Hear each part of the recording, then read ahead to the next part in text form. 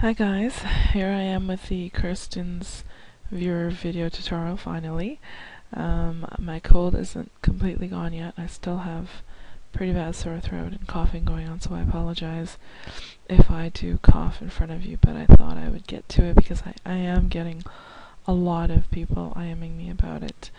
So what I want to start off with is with Kirstens viewer, I do have the advanced and the develop menus available over here, but this is not actually the way that you turn on the shadows in Kirstens. Kirstens viewer has a lot of options for shadows, which is great for us.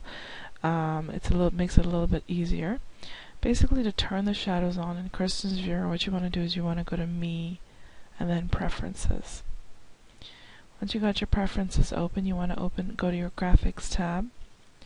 And under General, first of all, what I try not to do is I try not to this time putting the quality on max, because when I do put the quality on max, I have a tendency to crash very, very often. So I actually keep it over here, but it's up to you. If you want to keep it on max, you can try it. So this is where I usually normally keep it. Then to turn the shadows on, there's lots of different options for shadows in Kirstens viewer. So to turn the shadows on, what you want to do is you want to make sure you have checked lighting and shadows. Okay, and then you also want to check ambient occlusion. I don't know if I'm pronouncing this correctly. Ambient occlusion. Once you check that, things might seem like they're getting a little dark. There we go. Okay, and then you want to go down here under shadows and you want to turn on sun, moon, plus projectors.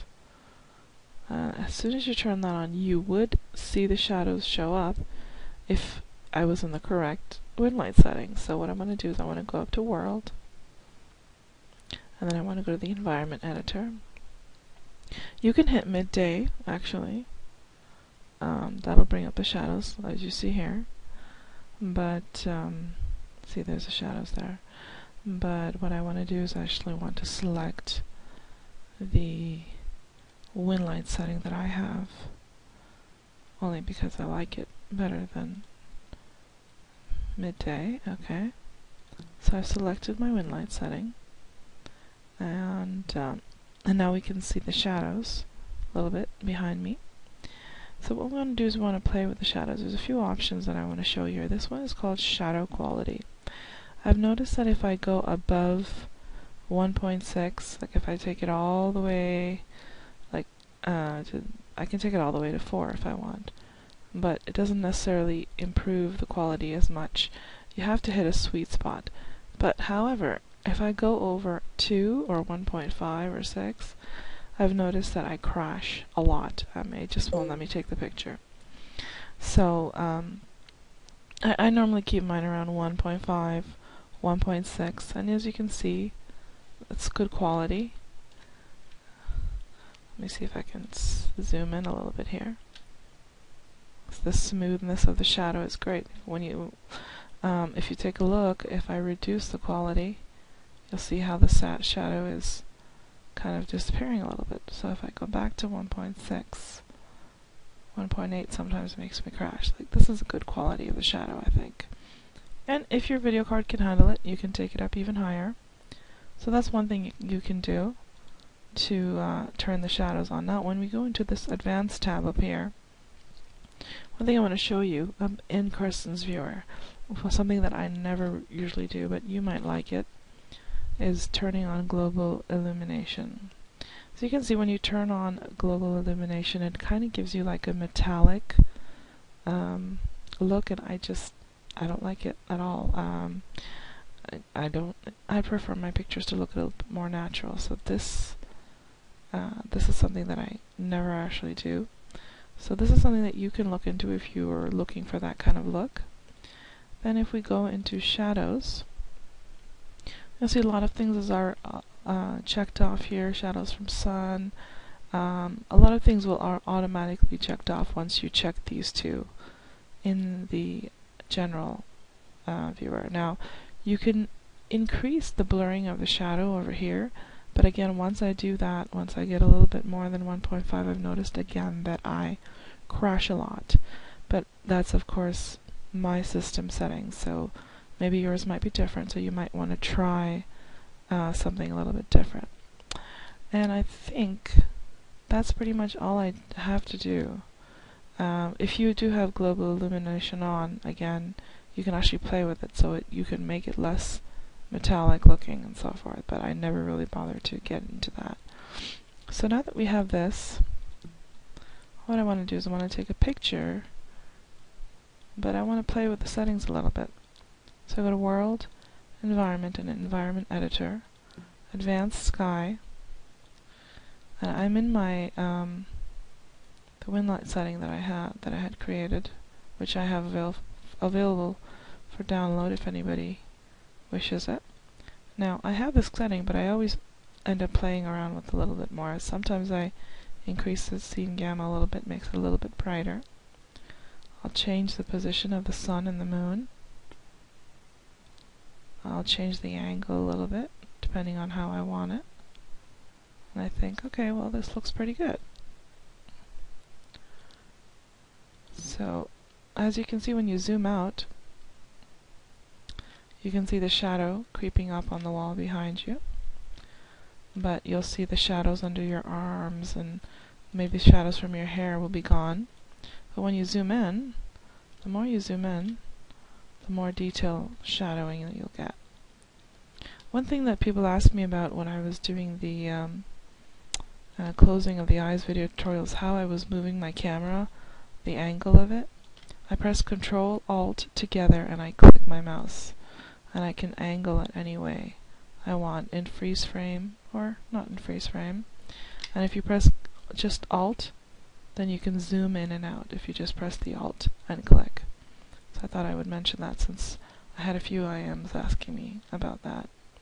So I'm going to zoom in here and take a little bit of a close-up pic. This is my fabulous hair from Exile. So I think this is a good shot. So I'm going to press Snapshot. So when you press Snapshot,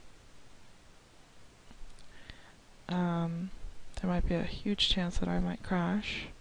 Let's hope not. Now taking high-res snapshots, and oh, I crashed. Well, I restarted my viewer, so just need to get my settings back. My fault for not saving it. This is just to give you an idea anyways. There we go. Okay. So now we'll try again. So we can get the shadows from the hands and shadows on the face. Okay. There we have all our shadows. I'm going to hit Snapshot. Let's see if I crash again. Now taking high-res snapshots in Kirstens Viewer is a lot easier than taking it in 2.1. There is a lot less glitches, and there you go. See, look at that. This is 5760 by 3084, and look at the shadowing. It's perfect. It's brilliant, and simple as that. So Kirstens is very, very simple. If you have any further questions about turning on the shadows, that's about all the information I have about Kirstens Viewer and turning on the shadows and how it works for me. Basically what you want to do is, once you do turn this on, the lighting, shadows, and the ambient occlusion, you want to play with the shadow quality, because if you don't have the quality in the right setting, like say you have it on 1.8 or something, I have no shadows, right? See, there's no shadows here. You want to move it around until you get the right quality of shadows, not too high, so it doesn't make you crash every time you take a picture. Same thing when you are in the shadows over here. You want to make sure you're not too high or not too low either, because if you're too low, it's very, very grainy, as you can see. Very grainy. So I want to bring it back up to 1.5. Smooth it out a little bit. See, look at that beautiful shadow. So if you have any further questions, please don't hesitate to ask. I think I'm going to be working on another video tutorial very soon, but this time it will be Photoshop. So I know a lot of people have been asking about that. If you have any other suggestions for any other tutorials you'd like to see, I'll try to do my best. And I hope this was helpful. Have a great day, guys.